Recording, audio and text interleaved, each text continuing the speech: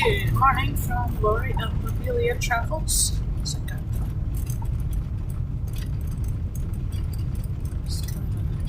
of exciting developments right here. Yeah, it looks to me like it's going to be another new house. Anyway, it is right at 11 a.m. here Central Standard Time here in northern Mississippi. It's a beautiful, clear day at the moment on the 12th of February 2026. It's in the mid-50s, I would guess, and we are expected to get into the upper 60s today.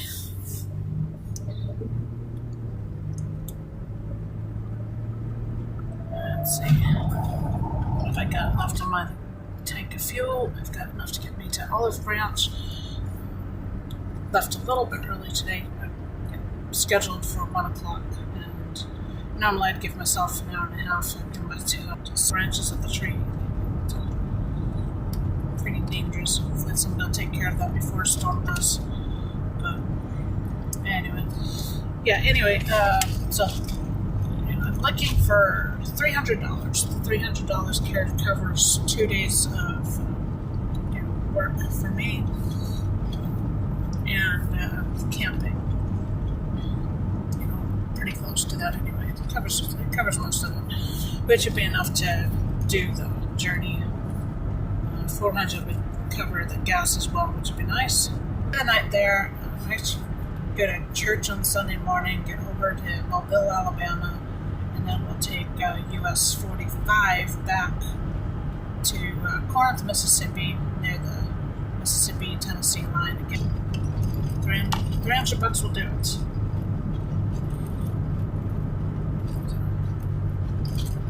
So it just sounds like it'll be a lot of fun for us. Fun plus a 3-day weekend. So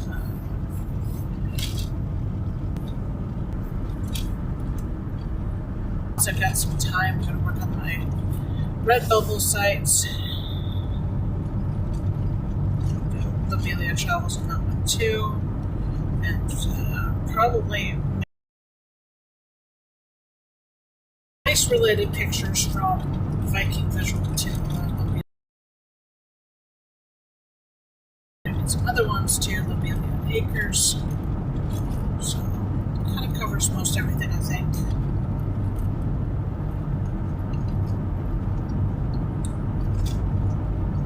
Rebrandings.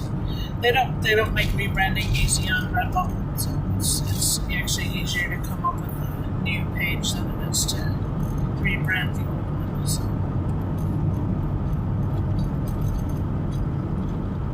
I might rebrand Viking Visual because it's not quite as much of a crisis as the other one.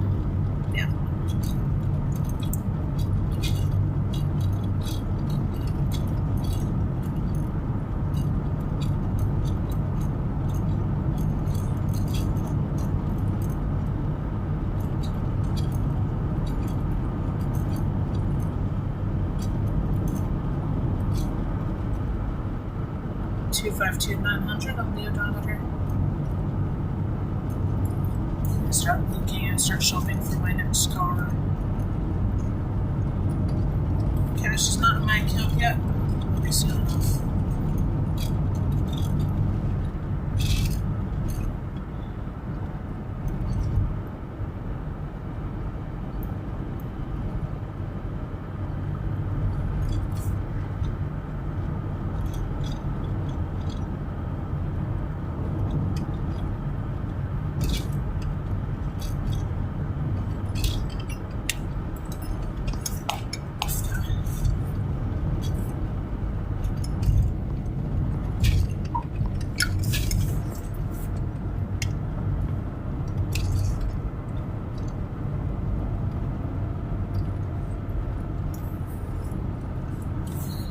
Need to start finding some things to talk about on this channel while I'm driving, so that's pertains to travel. That would be the best thing. Places, looking, I don't know, maybe it's just a bit of background since I still have relatively few subscribers, and always interesting woodpecker up there. I didn't see it closely enough to find out what it was, but we tend to have a lot of red-belly woodpeckers down here, red-headed woodpeckers, flickers. I don't have a lot of time just to bird watch, which is a shame. But because I've actually bird watched my entire life. I grew up with bird books that my mom got me because she noticed that I was really interested in them. And, I did the best I could, but most of those bird books pertain to the eastern United States, and I grew up on the West Coast. So most of what they had in there was not local to me, but those don't exist west of the Rockies. So I grew up with Steller's jays, and then when we moved back to Corvallis, Oregon, we had scrub jays. And when we traveled to British Columbia for Expo 86 and came back via the eastern part of Washington, just for the fun of it, we encountered Clark's nutcracker. So lots of different jays, but not the blue jay. Blue jays are cool because they one of their calls sounds like this, but squeaky bicycle brakes.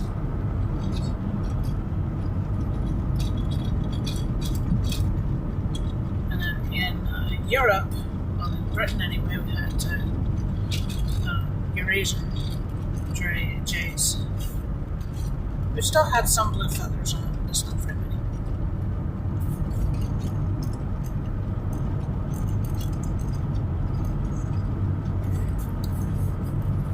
And then there's chickadees.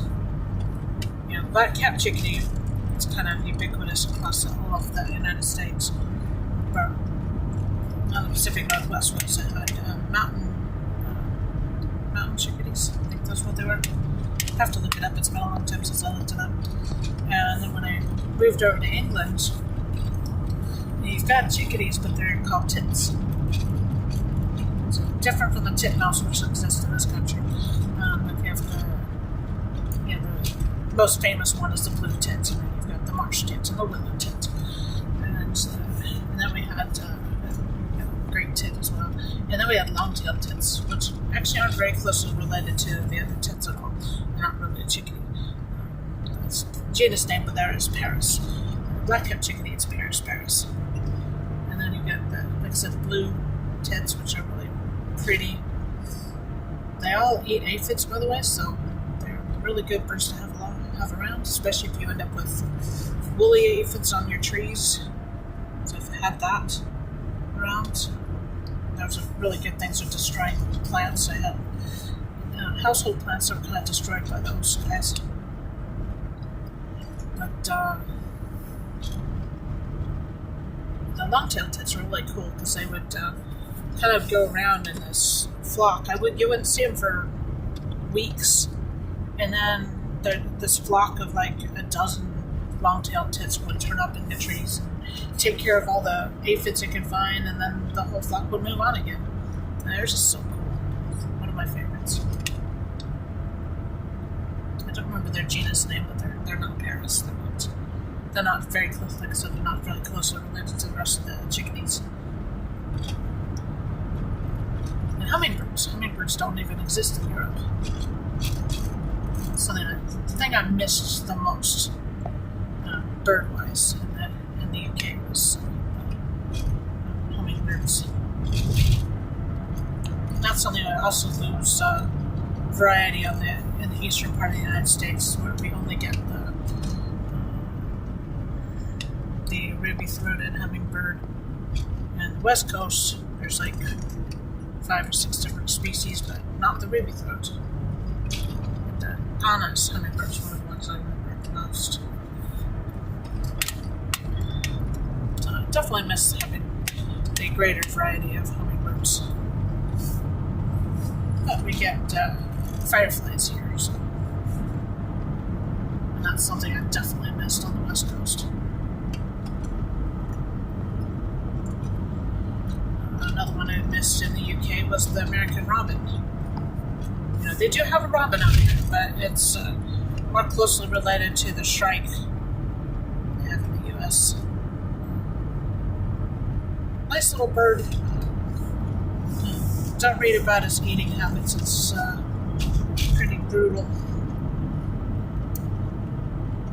Involves little animals on sharp spikes. The shrikes do the same thing. That's why I'm saying it's a little bit more related to those than it is, you know, the American robin is a variety of thrush. The genus means Turdus, T-U-R in the US. And the closest that you have in the UK is actually the blackbird, which is basically a thrush. It's a similar-ish call, but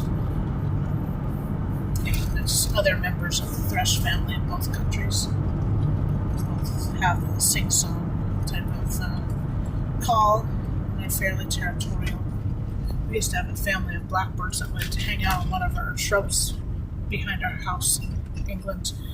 And they would invariably, you know, nest in that one bush. I think it was a laurel. And the problem is that the cats would, every year, get one of their fledglings after another. For some reason, they never worked out, but they probably should find a better location. But they always nested there and always lost their clutch to the cats. Trying to pick up because I would have grabbed that headboard and use it.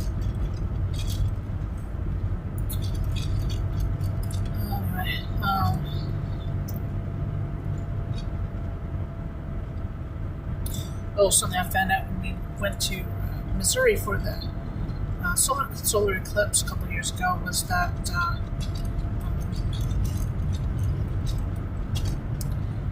yeah, 2 years ago. It's hard to believe it was only 2 years ago. So much has changed in 2 years. But one thing I learned then is that the American robin has a southern accent. It actually sings at a different pitch in the south than it does up north. I can't even remember all the details. I just remember noticing it. And, I don't have a lot of robins around me right now, so I don't get to listen to them too much. And when I do, I don't have time. Anyway, many things that need to be worked on, that if I can get support for the channel so that I don't have to do my daily, then it will help a lot. I can do more of this stuff. Share my observations with you.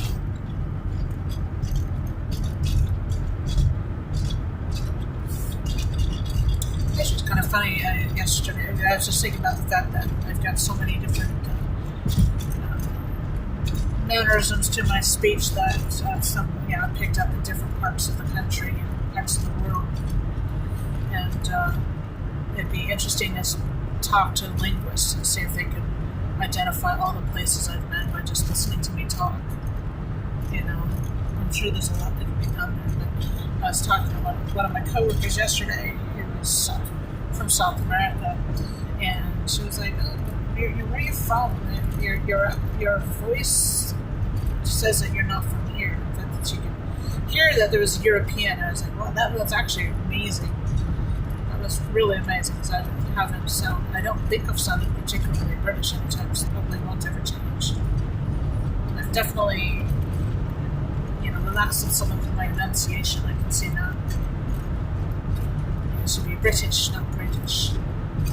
But I'm trying to relax and let my voice do what it wants to do. Sometimes I feel like I'm in the mood to sound British. And it's a good practice for me to do it for a day or two. But it's okay. So I grew up in Oregon on the West Coast. I was born in the heart of the valley, Corvallis.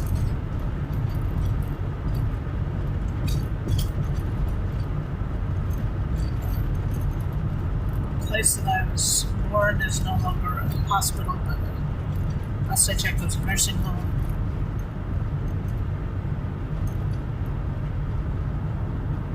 actually been there at the nursing home when I was in Girl Scouts. Because we lived there. I've actually lived in Corvallis 3 different times, including when I was born, which I of course don't remember, but I moved back there when I was in 3rd and 4th grade. I answered that with a sentence or two. It would take days to cover what England was like. Because you've got every place you live has good things and has bad things. You can't take the good without taking the bad. You can't, you don't take the bad without taking the good. And you just have to, there are choices you have to actually make about what you're going to put up with and what you're going to accept, or what you're going to reject. But then that amount of time gives you a pretty good feel for what that area is like. To acclimatize to that area. So,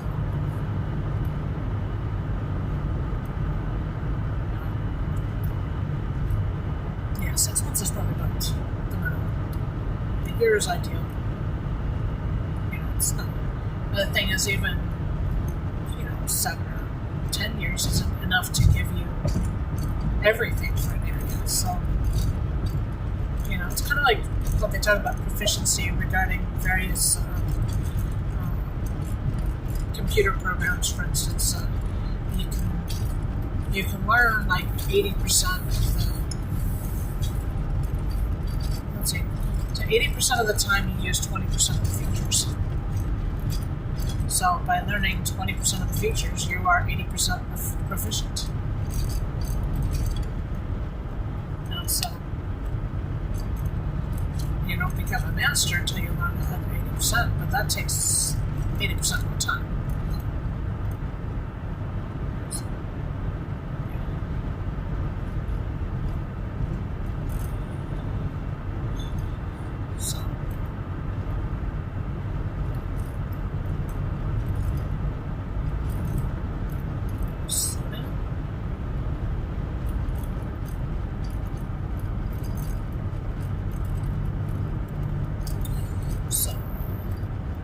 North coast of Oregon.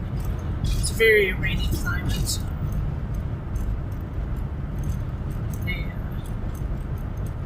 Technically zone 9 where we were living, but by minimum temperature standards.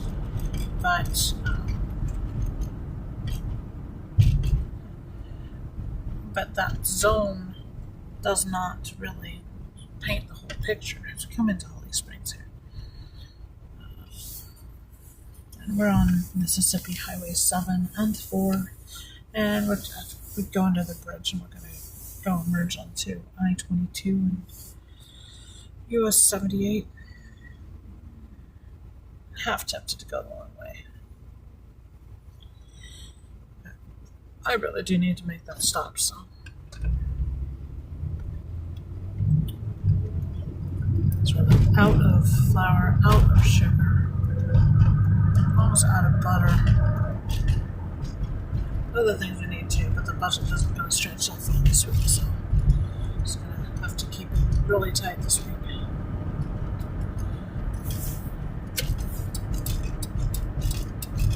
Make sure we get enough stuff so we can make pancakes and bread and things. So, yeah, got some stuff at home still. So anyway, yeah. So the biggest, Oregon is such a wet climate. We actually have the season ends up being restricted as much as if we lived in a zone 6 or 7. As you plant too early, you don't have to worry about frost as much as you have to worry about everything rotting in the wet soil.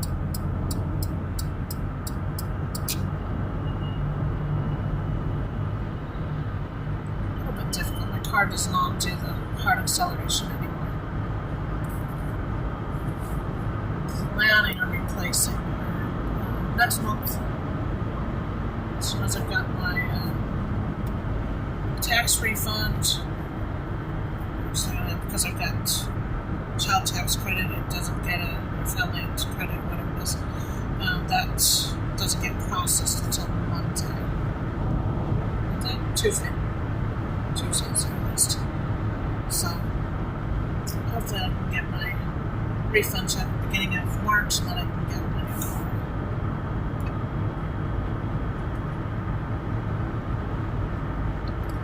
I do have to find somebody here that can just do a lemon check for me. Be on our way on that, because I'm gonna get out to the West Coast in May. Decline on streaming most of that. Should be fun. Do a long scavenger hunt again. We'll have to figure out what we're doing, because I'm not going to be able to take as much time as I'd love to take for it. But the main thing is to get out for my mom's 75th birthday.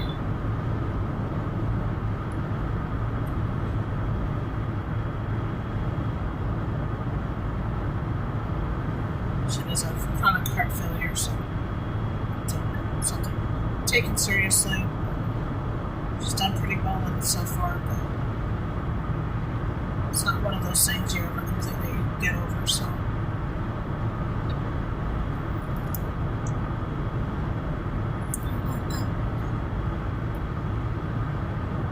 I was hoping to get out last year, but the car situation was not going to let me. So, just don't think this car is going to make a hard 3,000 miles again. So, last time we did that, she came back wanting shocks and struts now, type of thing. So, kind of went from this kind of needs to be done soon to it needs to be done now. So, stuff, even the difference between the Astoria area and Goodyville, USA. We call it that because that's where the Goonies was filmed, so Astoria, Oregon, particularly. Kindergarten Cop was also filmed there. My classmates ran into Arnold Schwarzenegger at the supermarket. Which is cool. It was very nice.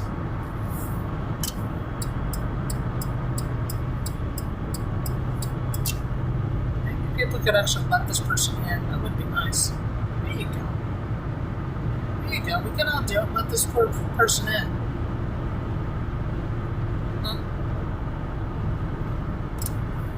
The driver is a menace.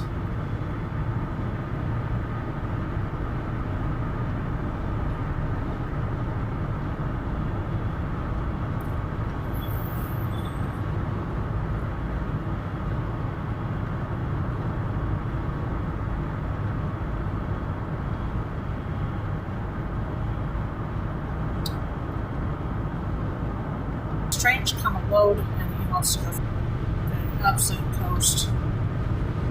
Whereas once you get inland just that little bit, you can actually get a little bit more snow in the winter, a little bit more cold, and a little bit drier in the summer, and actually a better growing climate in general. It's easier to grow in the Willamette Valley than it is on the coast. And then you're east of the Cascade Mountains, and you actually have one of the largest rain shadows in the world. The very desert-like conditions east of the Cascade Mountains. You actually get a high desert. So base elevation on the eastern half of Oregon is like 4,000 feet.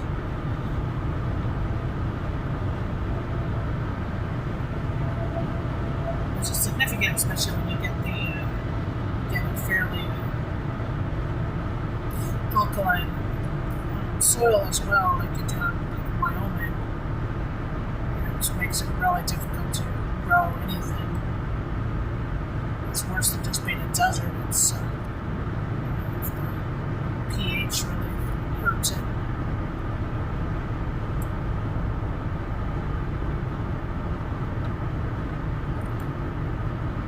Plus the salt is it's kind of was an inland sea. There was a couple of inland seas. It was a very difficult place to go.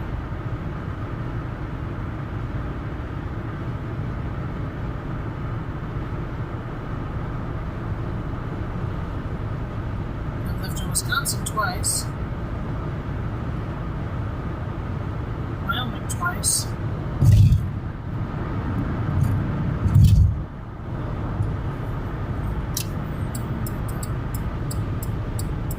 These guys are.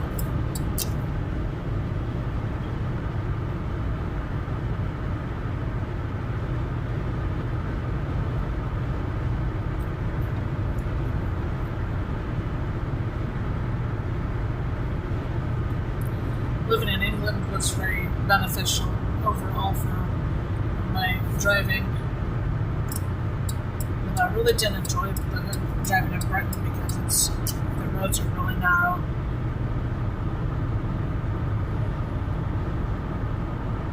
What'd you lose? What's the whole trailer?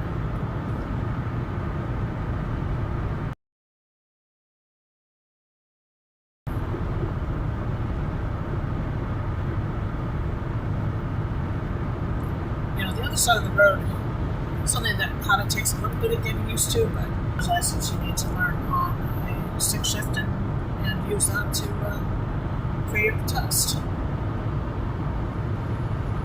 one of the weirdest things there was that to put the car into reverse, you actually have to lift up underneath the lever rather than just the way we did it here. So I need to do that. Do need a pass, I just don't need to.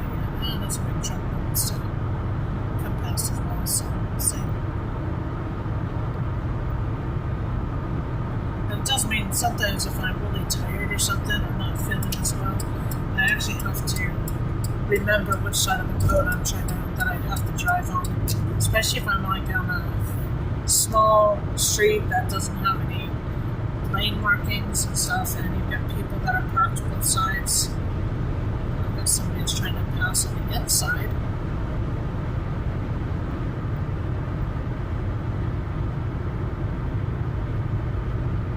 So what I'm supposed to do, you're supposed to move out to pass, not move into pass.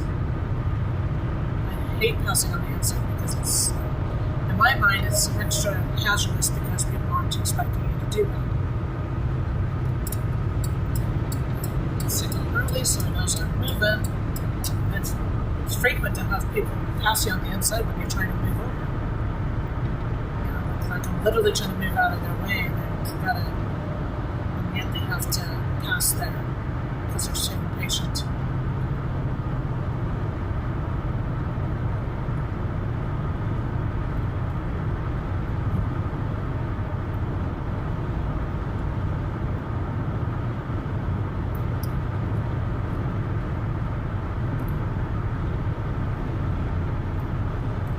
It's also funny, when I dream about driving, it's about 50-50 which side of the road I'm on when I dream. Even now, I've been back in this country for over 10 years. I think it's been blown around by the wind too, it must be empty.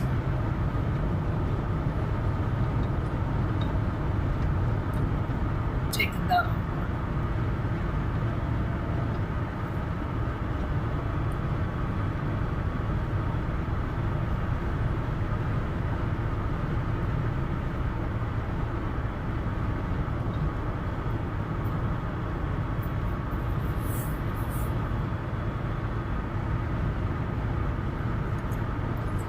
One of the things that's different with the UK driving license is that, first of all, driver's training is absolutely superior to anything that I've seen in this country.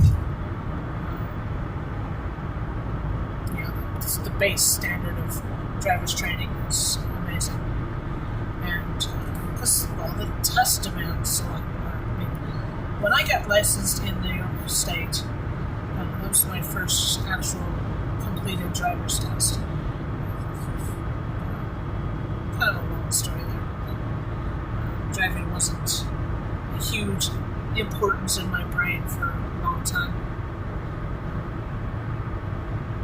So, the driving test that I took in New York comprised of, it would take about 5 minutes.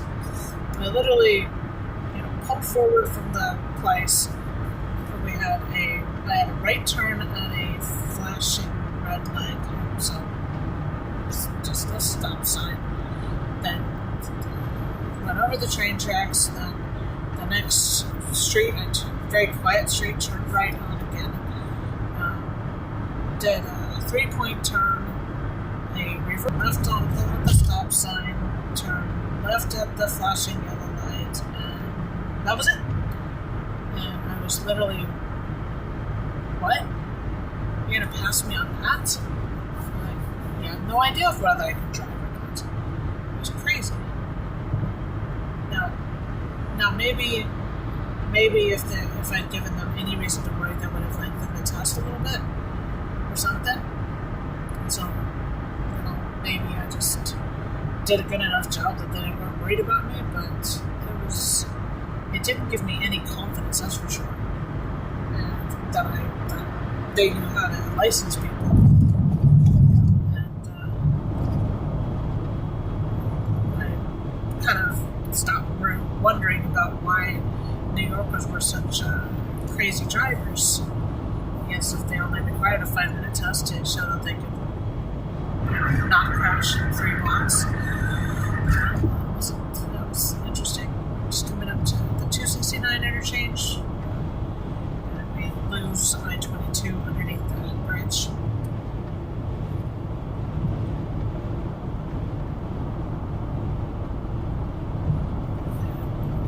So again, let's do the same, and now it's going to want me to go faster than I would go. Because, hey, why not?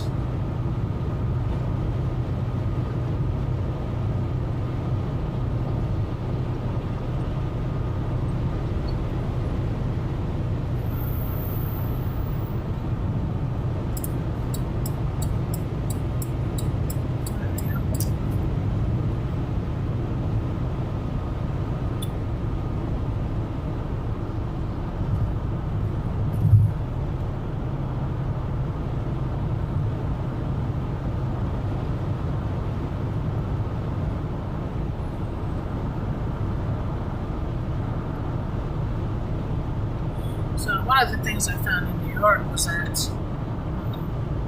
this is mid-90s, so that's a long time ago. A lot of y'all weren't even born yet. So what I found particularly was that there was a lot of drivers that would drive insanely slow, which would mean other drivers would get irritated and have to zip past them and stuff so that they could drive fast. It was like there was nothing in between. It was like the super slow one versus the super fast one. And you'd have people that would be super slow and when you get a filtered light, there'd be actually we didn't even have the filter. You didn't have the filter at the beginning. Because people would sometimes be slow taking off of the lights, there would always be somebody at the front that would zip in front of you and turning, doing the left turn in front of you, which is just crazy.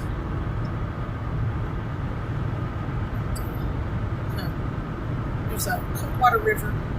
After this, we're up to Olive Branch. I will be taking the third exit today because I'm going to stop at Walmart before I go to work. Gas. McDonald's is really hurting at the moment. It's the last phase of work and stuff in general. In fact, it was really, really difficult to make ends meet on a single income, even a halfway decent income. So, check us out at Coffee.com/Lobelia Travels. Appreciate some contributions towards the trip down to the Gulf Coast. Just plan on doing 3 long scavenger hunt streams, which would be good for you. So if you feel like you're able to assist, that would be great. Help to pay the bills in the meantime.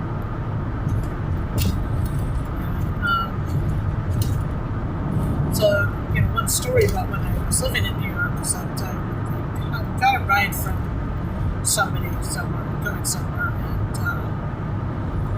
it had recently snowed. Well, the roads were bad. I'd already lived in Wisconsin. I knew a little bit about snow driving, even though I hadn't done it myself yet. And, the roads weren't that bad, but, we only had one car in the family, and my husband at the time needed it for something, going to work or something. And I don't remember what it was. I might have just not wanted to go out that day. I don't know. But I needed to go somewhere, and I got a ride from somebody else that was going to the same place, one of my coworkers, in fact. And she demonstrated that speed does not equal safety, or lack thereof. Yeah, she went really, really slowly. So slowly that she was terrified of driving on these horribly snowy roads, which weren't at all bad. Just had a little bit of snow, a little bit of ice on the edges. It wasn't bad. And she went so slowly that it was actually a hazard. Then 249 here. It was 232 on all these rings.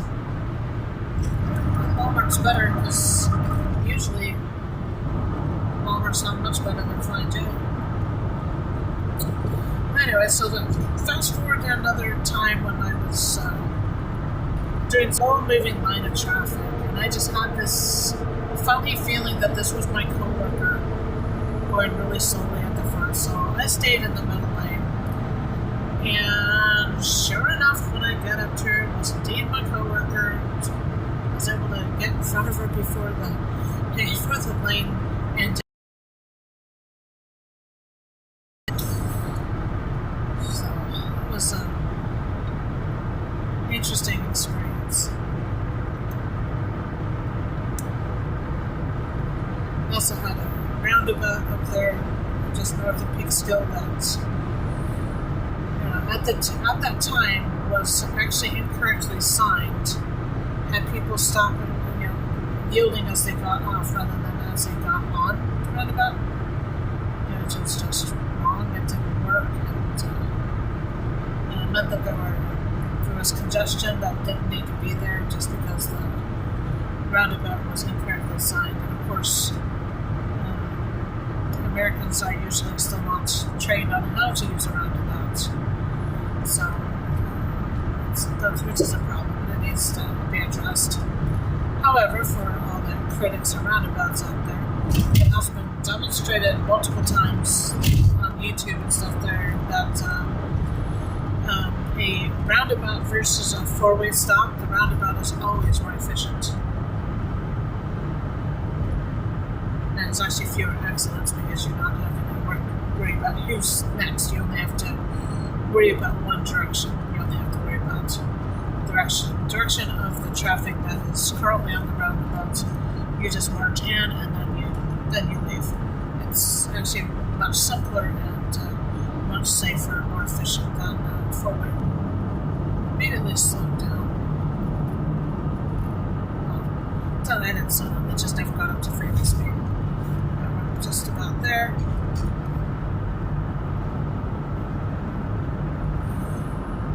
Actually, kind of well ahead of schedule, to be honest. Let me think. It's only taking me 48 minutes to do it, so that I always give myself an extra half an hour to navigate supermarkets and things.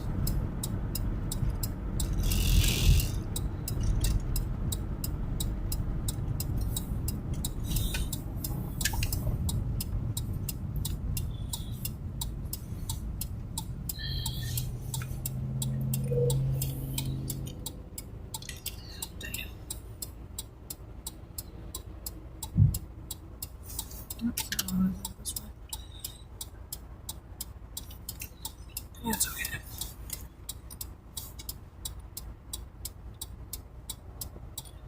It's not only do I want to turn here, I need to get into the other lane. There's no point in hurrying. And there's nobody behind me anyway, so we can.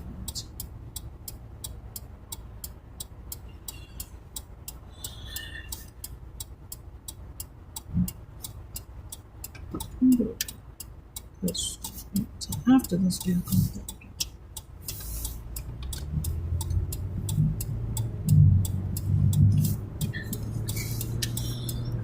And that's probably a final update on the aftermath of the ice storm. We did end up losing our ball python as well, so we lost our 2 leopard geckos, our ball python, and one of my daughter's toads.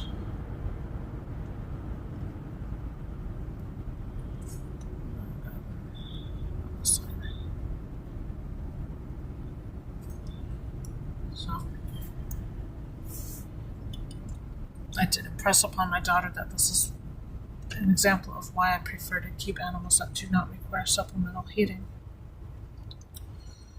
So, it's no guarantee we wouldn't have lost one anyway.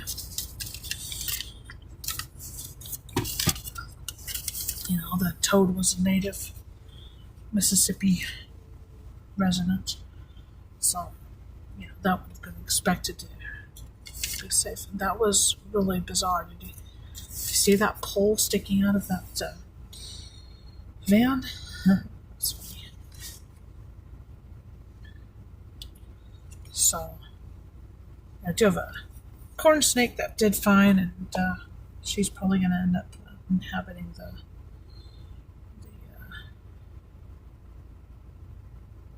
the enclosure that the ball python was in as she gets a little bit bigger. Meanwhile, I'll work on getting it planted up so it becomes a really nice enclosure for her. She'll probably be ready to move into that later in the year.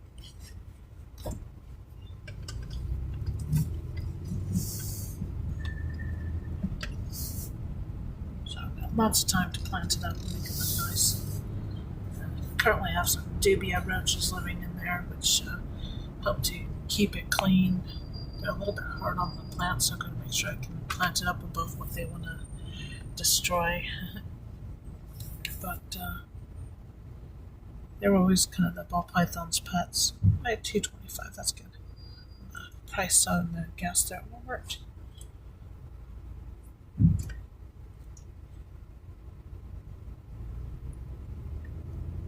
It's kind of weird to actually have Walmart branded gasoline, because most of the gas stations associated with Walmart down here are run by Murphy's Express and stuff. Definitely lost that, but that's okay.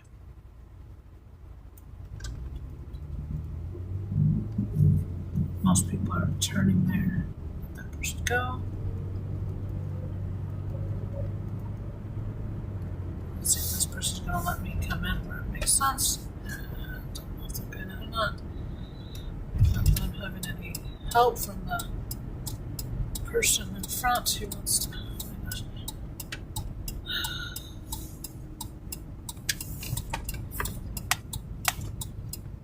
There we go.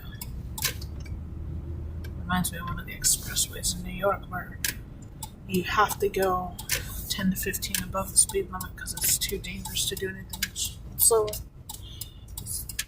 I remember flying along that. It was really scary. That person sitting there was kind of scary too.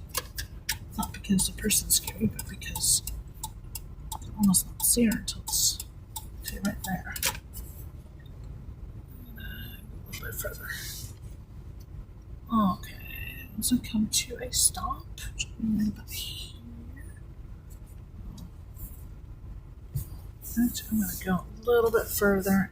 I prefer if I can angle the other way, it's better. There we go. I don't mind parking one ways out. Alright, so at this point I will end the stream for today. Should have another one tomorrow about the same, possibly the same sort of time. It's hard to say. How long is a piece of string? That's the way it works out where I work. So until next time, thank you for joining me and take care. Bye for now.